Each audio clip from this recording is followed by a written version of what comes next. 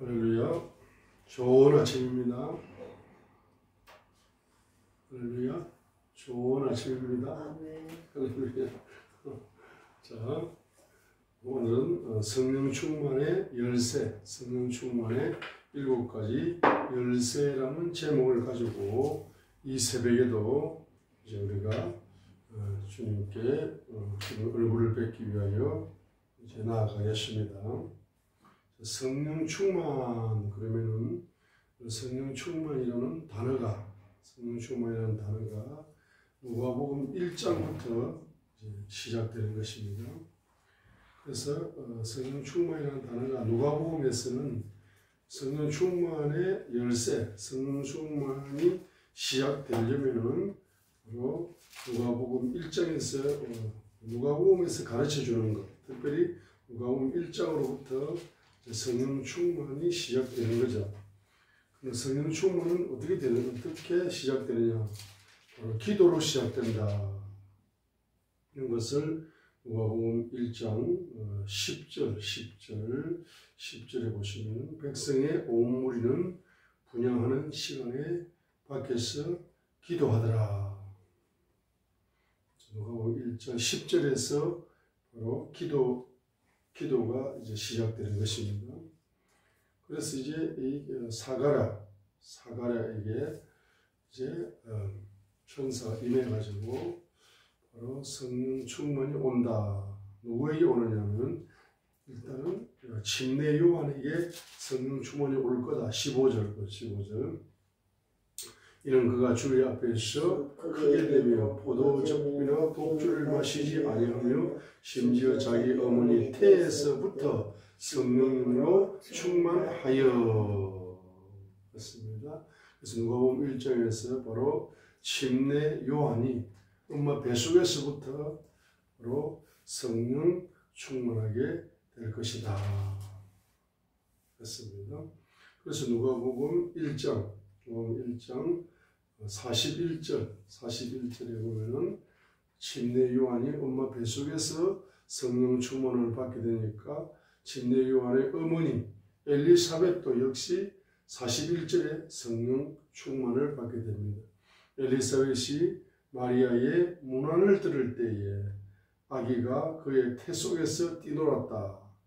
자, 아기가 그의 태 속에서 뛰노는 원인이 뭐냐 하게 되면은 바로 원인이 뭐냐? 자, 아기가 그의 태 속에서 뛰놀았다. 마리아를 보는 순간, 마리아를 보는 순간, 바로 태 속에서 41절에 엘리사벳이 마리아의 문안을 들을 때에 아이가 그의 태 속에서 뛰노니라. 왜 뛰노느냐 하게 되면 마리아가 예수 그리스도를 잉태하여 예수 그리스도도 성령 충만했고 마리아도 성령 충만했고, 그러니까 침례 요한이 성령 충만을 받아서 태 속에서 뛰어놀았다. 그러니까 엘리사벳도 역시 성령님으로 충만했다 했습니다. 자, 그래서 기도하게 되니까 그 기도를 통해서 엘리사벳이 41절에 엘리사벳이 성령 충만하고, 첫 번째로는 침례 요한이 성령 충만하고, 두 번째로는 엘리사벳이 성령 충만하고, 세 번째로는 예수 그리스도께서 마리아의 태에서 성령 충만하여 성령으로 잉태되었기 때문에 성령으로 잉태되었기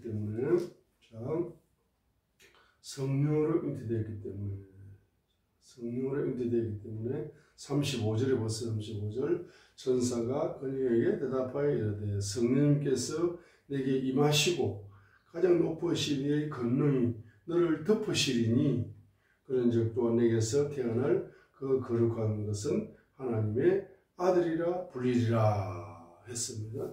첫 번째 35절에는 성령님으로 잉태된 거잖아. 예수님께서는 마리아의 태를 빌려서 성령님으로 잉태된 겁니다. 성령님이 내게 임하시고 가장 높으신 이의 권능이 너를 덮는다 했습니다. 첫 번째 성령 충만한 사람은 1번 바로 침례 요한이다. 15절이죠. 15절. 두 번째 성령 충만은 엘리사벳이다. 41절 엘리사벳이다. 세 번째 성령 충만이 바로 예수 그리스도. 35절 성령께서 내게 임하시고 그래 높으신 이 권능이 너를 덮으시리니 그러지 또 내게서 태어날 그 거룩한 분이 하나님의 아들이라 불리리라 했습니다. 자, 그러니까 보라 내 사촌 엘리사벳도 늙은 나이에 아들을 수태하였느니라. 수태하지 못한다고 하던 그녀에게 이 달이 6째 달이 되었나니 하나님께는 불가능한 일이 없느니라 하니라. 마리아가 이르되 주의 여종을 보소서 당신의 말씀대로 그 일이 내게 이루어지이다 하며 천사가 그녀에게서 떠나니라 했습니다. 특별히 이제 가브리엘 천사장이 마리아를 방문해서 마리아에게 이제 영적인 정보를 주는 겁니다. 첫 번째 누가 성령 충만했다? 바로 침례 요한이 성령 충만했다. 10개월 동안 엄마 뱃속에서 15절. 두 번째 누가 성령 충만했다? 41절 엘리사벳이 성령 충만했습니다. 세 번째 누가 성령 충만했다? 바로 예수 그리스도께서 35절에 있는 것처럼 예수 그리스도께서 성령 충만했고 예수님이 성령 충만했다는 것은 네 번째로 46절에 마리아가 성령 충만한 겁니다. 마리아가 성령 충만해서 이제 마리아가 이제 노래를 부르게 됩니다. 마리아가 성령 충만했다. 다섯 번째 누가 성령 충만했다? 바로 침례 요한의 아버지 사가랴 67절에 보게 되면 67절 사가랴 그의 아버지 사가랴가 성령님으로 충만하여 예언하여 이르되 사가랴가 성령님이 충만했다. 67절 사가랴가 성령님이 충만했다. 자, 이렇게 이제 성령 충만. 자, 이렇게 성령 충만을 나가다가 몇 번째입니까? 몇 번째 성령 충만? 여섯 번째 성령 충만. 자, 여섯 번째 성령 충만이 누가복음 2장 25절로 27절에 28절까지. 자, 그리고 누가복음 2장 25절부터 보면은 여기에 바로 누가 나옵니까? 시몬이라는 사람이 나오는데, 자, 25절 보세요. 보라 예루살렘에 시몬이라는 사람이 있었는데 바로 그 사람은 어렵고 독실하여 이스라엘의 위로를 기다리는 자라. 성령님께서 그 위에 계시더라. 그가 주의 그리스도를 보기 전에는 죽음을 보지 아니하리라 하는 것이 성령님에 의하여 그에게 계시되었더라. 자, 그가 성령을 힘입어 성전에 들어가니 마침 아이의 양친이 율법에 갈려들어 아이에게 행하려고 아기 예수님을 데려오므로 이에 그 아이를 팔을 안고 하나님을 찬송하여 이르되 자 주여 이제 주의 말씀대로 주의 종이 평안히 떠나도록 허락하소서. 내 눈이 주의 구원을 보았사오며 그것은 주께서 모든 백성들을 얼굴 앞에 예비하실 것이요 이방인들의 밝히는 빛이요 주의 백성 이스라엘의 영광이니이다 라고 그가 뭡니까? 바로 계시의 말씀을 성령 충만을 통하여 아기 예수님에 대한 예언의 말씀이 입에서 터져나온 것은 바로 성령 충만을 25절에 성령님께서 그 위에 계시더라. 26절에 그가 성령님에 의해서 그가 이제 그리스도를 보기 전에는 죽지 않을 것이다는 그런 계시가 열렸습니다. 그리고 27절에 성령을 힘입어서 성전에 들어갔습니다. 그리고 이제 28절에 찬양이 터지면서 29절에 기도가 말씀이 터졌습니다. 그러니까 성령 충만을 이렇게 표현하는 겁니다. 성령님이 그 위에 계시더라. 25절, 26절 성령님에 의해서 그가 이제 그리스도를 보기 전에는 죽지 않게 될 것이라는 자기 자신의 죽음에 대한 예언. 그 다음에 성령을 힘입어서 성전에 들어갔다. 성전에 들어갔다. 이렇게 성령, 이제 우리가 예언적으로 보게 되면은 이렇게 성령 충만함을 받게 되면은 바로 아기 예수님, 예수 그리스도를 만난다는 사실입니다. 예수 그리스도를 팔에 안았다는 것은 예수 그리스도와 연합한다는 것을 보여주고 있는 거죠. 예언적으로 보여주고 있는 겁니다. 그죠? 그래서 성령 충만을 시므온 같은 경우는 25절에 성령님께서 그 위에 계시더라. 성령 충만을 26절에서 성령님에 의하여 그의 죽음, 시므온이 그리스도를 보기 전에는 죽지 아니하리라는 자기 자신의 죽음에 대한 계시를 26절에 받는 거죠. 그 다음에 성령 충만하게 되면은 또 바로 27절에 있는 것처럼 성령을 힘입어서 성전에 들어가게 되는데, 바로 성령 충만하면은 예수 그리스도를 만나게 된다는 겁니다. 그죠? 그럼 28절에 성령 충만하게 되면은 찬양이 터진다는 겁니다. 그 다음에 29절부터 성령 충만하게 되면은 말씀의 계시가 예수 그리스도에 관한 예언이 말씀의 계시로 입에서 터져 나온다는 것을 시므온의 성령의 충만함을 통해서 우리가 발견할 수가 있는 것입니다. 그래서 26절에 그가 주의 그리스도를 보기 전에는 죽음을 보지 아니하리라 하는 것이 성령님에 의해 그에게 계시되었더라 했습니다. 우리가 성령 충만을 받게 되면 내가 몇 살에 죽을 건가? 내가 몇 살에 죽을 건가? 그것도 보일 수가 있습니다. 하나님 보여주면은 아는 겁니다. 언제 죽을지 알 수가 있어요. 자, 그 다음에 일곱 번째, 안나가 성령의 충만함을 받았습니다. 누가복음 2장 36절, 37절, 38절. 자, 성령 충만 받으면은 누가복음 2장 36절 읽겠습니다. 또 아셀 지파에 속한 바누엘의 딸 안나라 하는 여선지자가 있었는데 그녀는 나이가 매우 많더라. 그녀가 처녀 생활을 벗어나 7년을 남편과 함께 살다가 가부된 지 84년쯤 되니라. 그녀가 성전을 떠나지 아니하고 밤낮으로 금식하고 기도하며 하나님을 숨기더라. 마침 그때 그녀가 나와 마찬가지로 주께 감사를 드리고 예루살렘에서 구속을 기다리던 모든 사람에게 이 아이에 대하여 말하니라 했습니다. 여기에 성령 충만이라는 말이 안 나오죠. 그런데 안나는 37절에 있는 것처럼 바로 그녀가 84년쯤 되는데 그녀가 성전을 떠나지 아니하고 남편이 7년 동안 결혼생활을 하다가 남편이 죽고 나니까 안나가 가부가 된 거예요. 그래가 37절에 가부가 된 지 84년인데 그 84년을 뭐라 하느냐, 성전을 떠나지 아니하고 밤낮으로 금식하고 밤낮으로 기도하며 하나님을 섬기더라 했습니다. 자, 기도와 금식을 통해서 서로 성령 충만이 오게 됩니다. 자, 성령 충만이 오게 되면은 바로 이 아이에 대하여, 자, 성령 충만이 오게 되면은 예루살렘에서 구속을 기다리던 모든 사람에게 예수 그리스도에 대하여 말하니라. 예수 그리스도에 대한 계시가 열리게 되는 겁니다. 성령 충만 받으면 예수 그리스도에 대한 예언이 열리게 되는 겁니다. 그리고 그 예언의 실제 예수 그리스도를 만나게 되는 겁니다.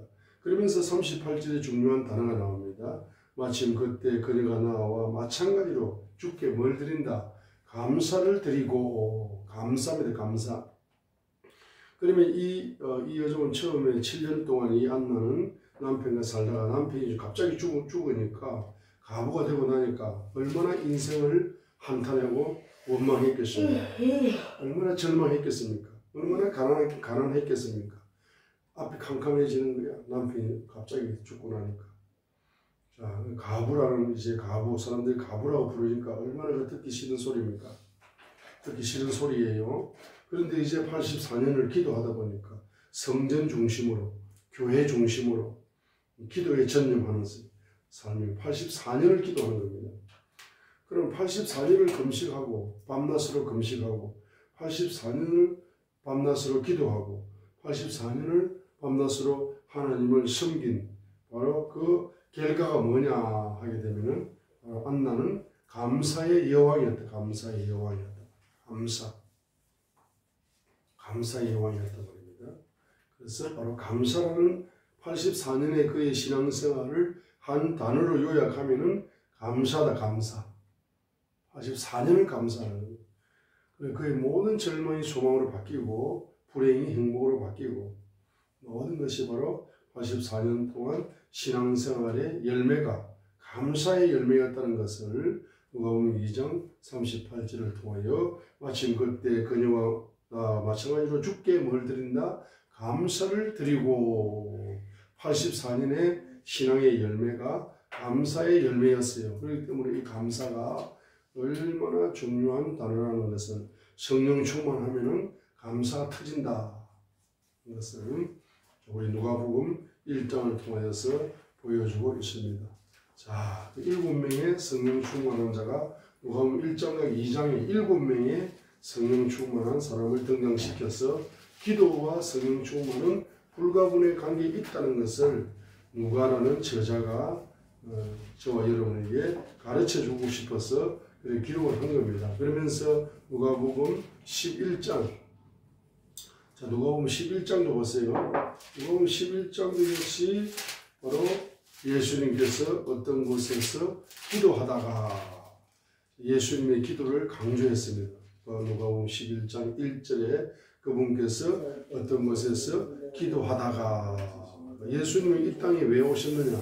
이 땅에 오셔서 바로 성령 충만하게 사역을 하셨는데 예수님의 성령 충만은 어디에서 열린다?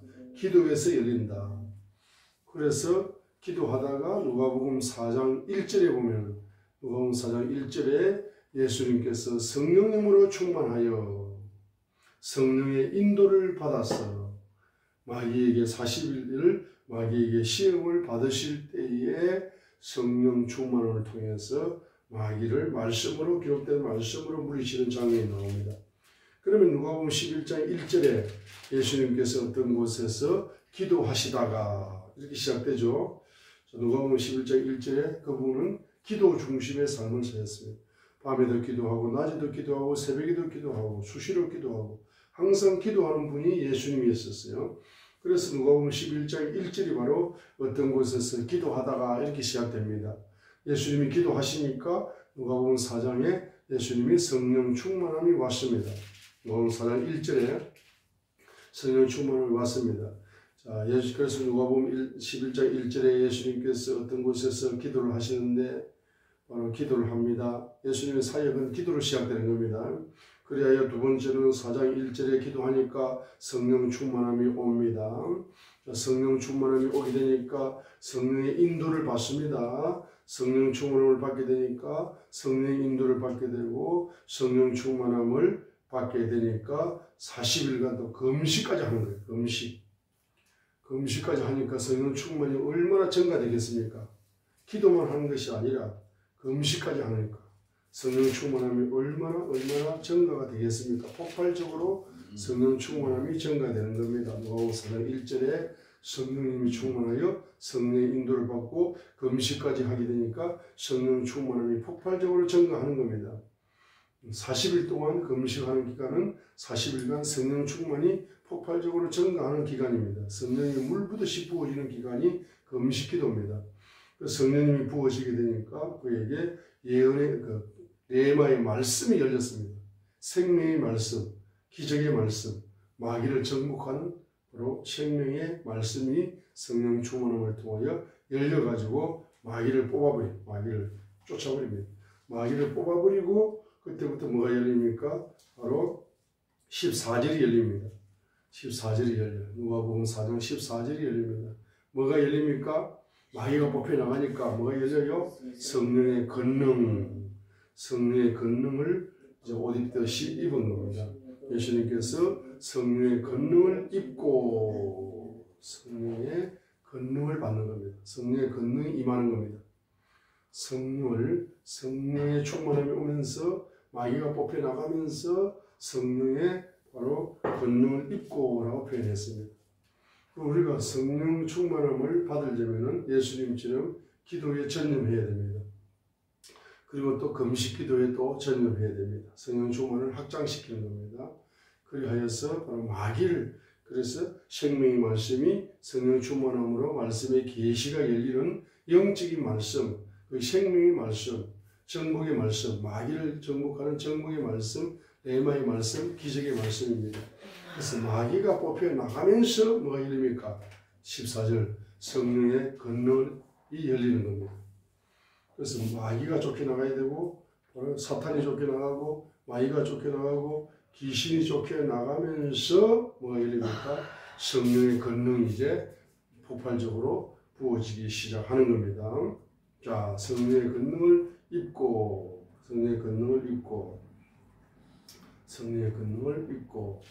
그래서 이제 예수님께서 16절에 안식일에 해당에 들어가서 17절에 이사야의 예언서를 펼칩니다. 그리고 18절 읽겠습니다. 18절을 바로 예언이 이루어졌다 하는 것을 선포하는 겁니다. 주의 영께서 내게 임하셨으니 이는 그분께서 내게 기름을 부어사 가난한 자들에게 복음을 선포하게 하셨기 때문이라. 그분께서 나를 보내신 것은 마음이 상한 자들을 고치며 보내된 자들에게 구출을, 눈먼 자들에게 다시 보게 함을 선포하고 상처 입은 자들을 자유롭게 하며 주의 받아주시는 은혜를 선포하게 하려 하심이라 하였더라 했습니다. 여기 18절 보세요. 주의 영께서 내게 임하셨으니, 자, 성령 충만은 두 가지를 표현했습니다. 하나는 주의 영이 예수님에게 임하는 것이 성령 충만이고, 두 번째로는 바로 기름을 부어사, 기름이 충만히 부어지는 것이 성령 충만이다 하는 것을 보여줍니다. 그러면 주의 영이 임하는 성령 충만과 기름 부음이 임하는 성령 충만이 부어지게 되면은 바로 무엇을 선포하게 되느냐? 여기 복음이라는 단어가 나옵니다. 복음을 선포하게 된다. 복음을 선포하게 된다. 자, 복음을 선포하게 된다. 자, 복음을 선포하게 되는데 그 복음이라는 단어가 나옵니다. 복음은 기쁜 소식입니다. 기쁜 소식을 전하게 되는데, 자, 누구에게 제일 먼저 기쁜 소식을 전하게 되느냐? 누구에게 제일 먼저 전하게 되느냐 하게 되면 바로 누구에게? 바로 가난한 자에게 복음의 기쁜 소식을 전하게 된다. 그래서 가난한 자에게 복음을 전하게 된다. 우리가 이제 내일 새벽에 복음에 대한 7가지를 이제 말씀을 드리겠지만은, 이 가난한 자가 제일 중요합니다.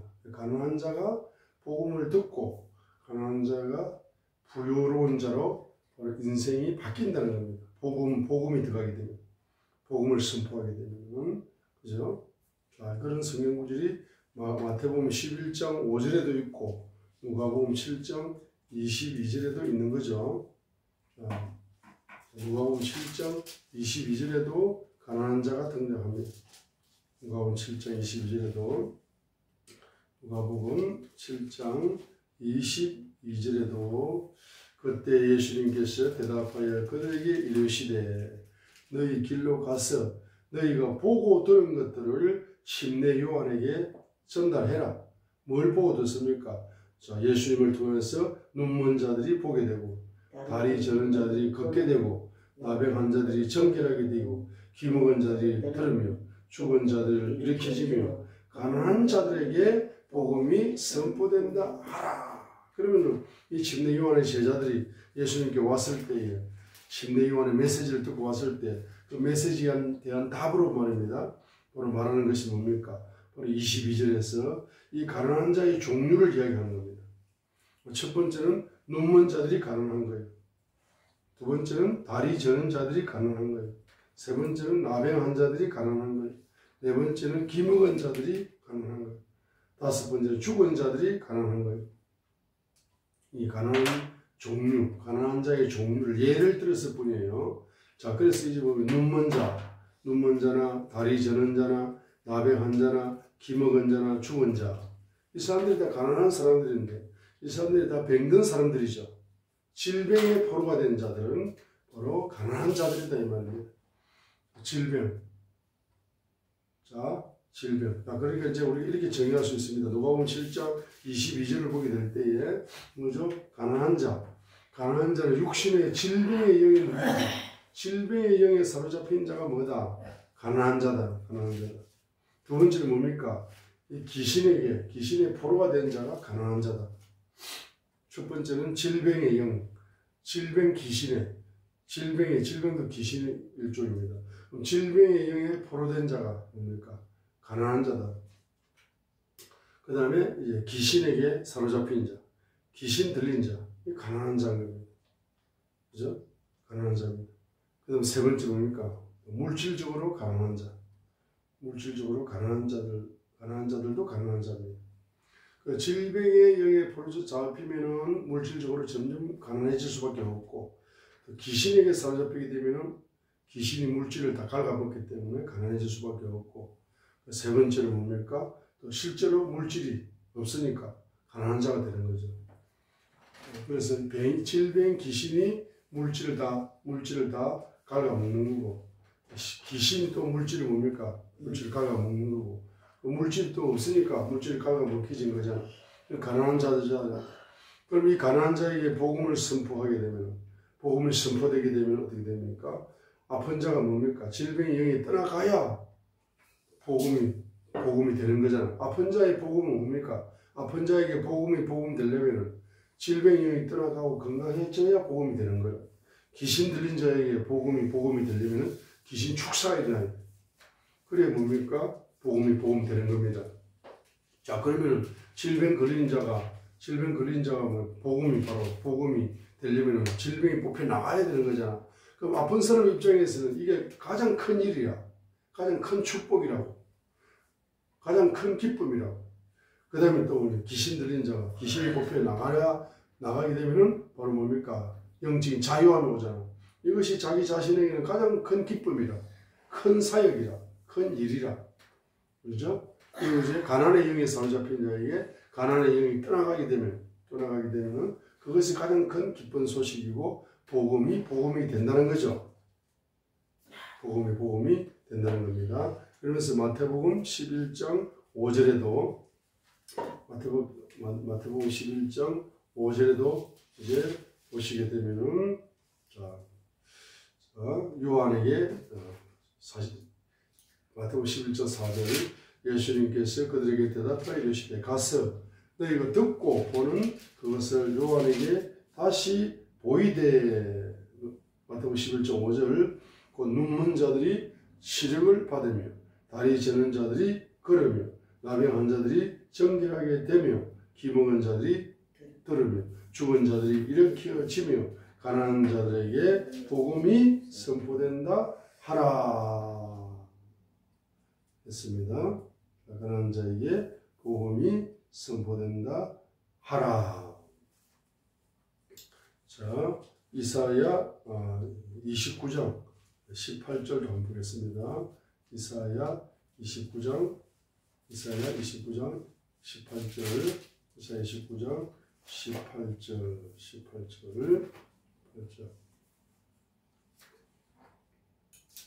이사야 29장 18절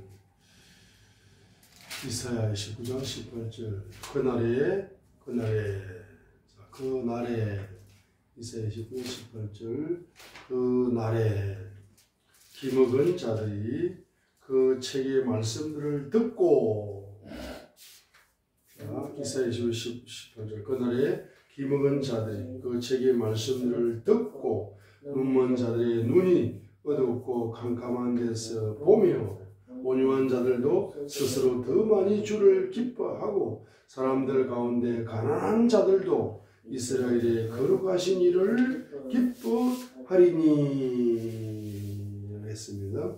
이사야 35장 5절도 한번 예언을 보시겠습니다. 이사야 35장 5절 자 3절로 5절 한번 볼게요. 3절로 5절 너희는 약한 손을 강하게 하며 연약한 무릎을 굳게 하며 두려워하는 마음을 가진 자들에게 이르기를 마음을 강하게 하라 두려워하지 말라 보라 너희 하나님께서 오셔서 원수를 갚으시리니 곧 하나님께서 보응하시리라 그분께서 오셔서 너희를 구원하시리라 하라 그때에 눈먼 자의 눈이 열리고 귀먹은 자의 귀가 열리며 그때 다리 저는 자는 사슴같이 뛰고 말 못하는 자의 혀는 노래하리니 강야에서 물들이 터져 나오고 사막에서 시내가 흐르며 또 바싹 마른 땅이 연못이 되고 메마른 땅이 물들의 샘이 되며 용들이 각각 누워 거하던 곳에는 풀이 갈대와 돌골풀과 함께 있으리라. 자, 이렇게 이제 시온의 미래 영광을 선포할 때 이런 이사야가 이런 예언을 하게 되는 것입니다. 자, 그래서 이제 베드로가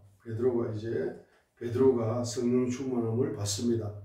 자, 베드로가 성령 충만을 받게 되었을 때, 베드로가 성령 충만을 받을 때, 베드로는 항상 뭐로 성령 충만을 받느냐? 기도, 마가다락방에 120명과 함께 기도하다가 베드로가 성령 충만을 받았습니다.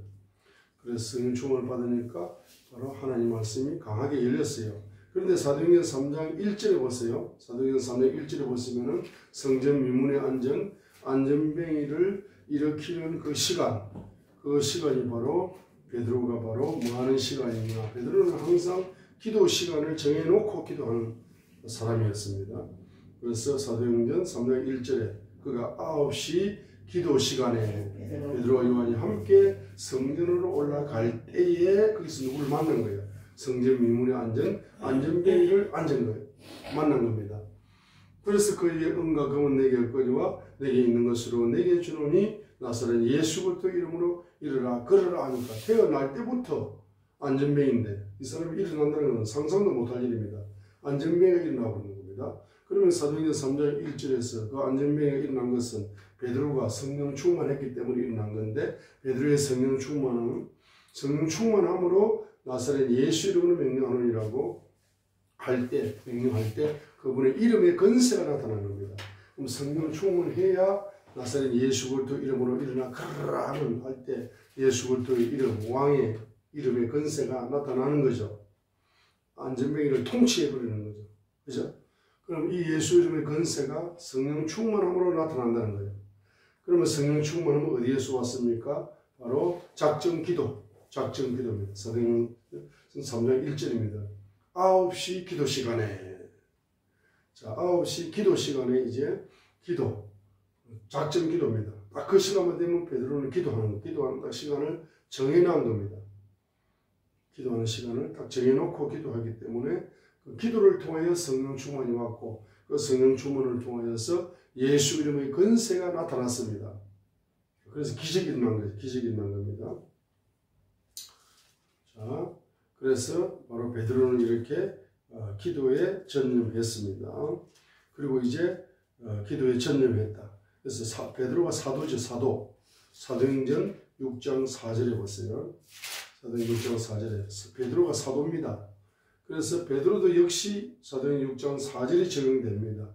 오직 우리는 계속해서 기도와 말씀 사역에 전념하리라. 기도에 전념하고 기도 사역에 전념하고 말씀 사역에 전념을 했습니다. 베드로도 역시 사도이기 때문에 기도 사역이 전념했습니다. 말씀 사역에 전념했습니다. 그리고 사역 중에 최고의 사역의 원동력은 사역의 근원, 사역의 시작은 기도 사역입니다. 그리고 두 번째가 말씀 사역입니다. 그래서 기도 사역에 전념을 하셔야 돼요. 그리고 말씀 사역에 전념을 하셔야 됩니다. 베드로는 역시 기도 사역에 전념을 했습니다. 그리고 말씀 사역에도 전념을 했던 것입니다.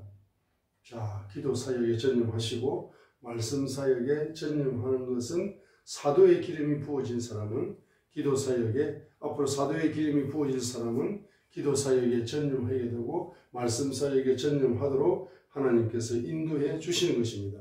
자, 사도행전 8장 14절로 15절에 또 베드로가 사도행전 8장 14절과 15절에 보세요.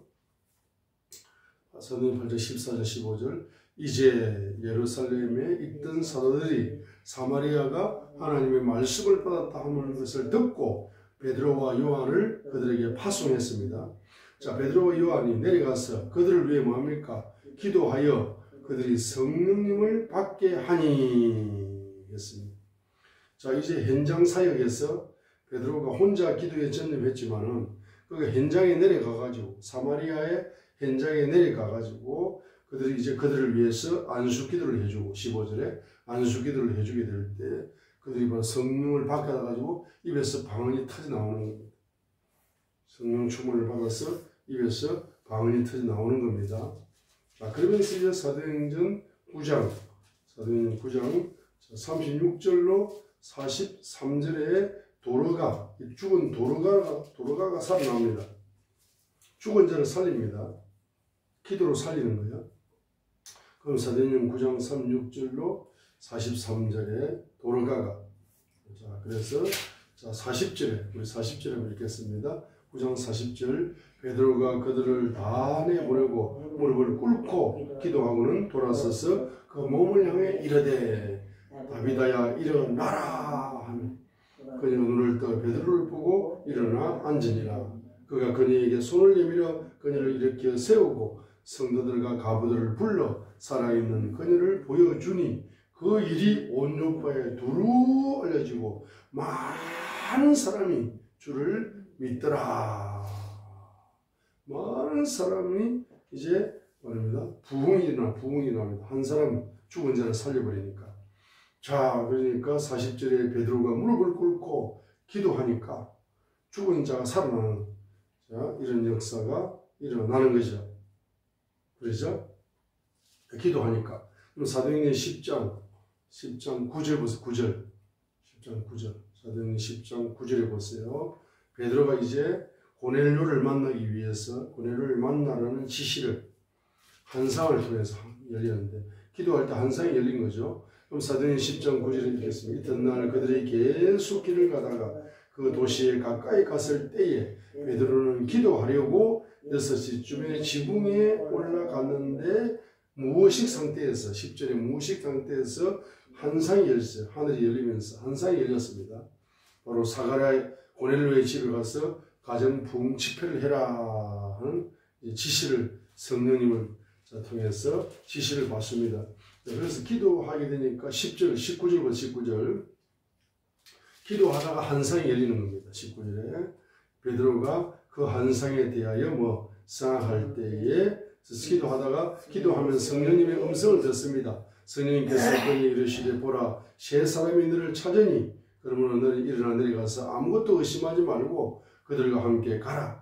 내가 그들을 보내었느니라 하게 되니까 기도하다가 환상이 열리고, 기도하다가 바로 만남의 축복이 열리고, 기도하다가 고넬료 가정에 부흥 집회 초청장이 날아오는 거예요. 초청장이 날아오는 겁니다.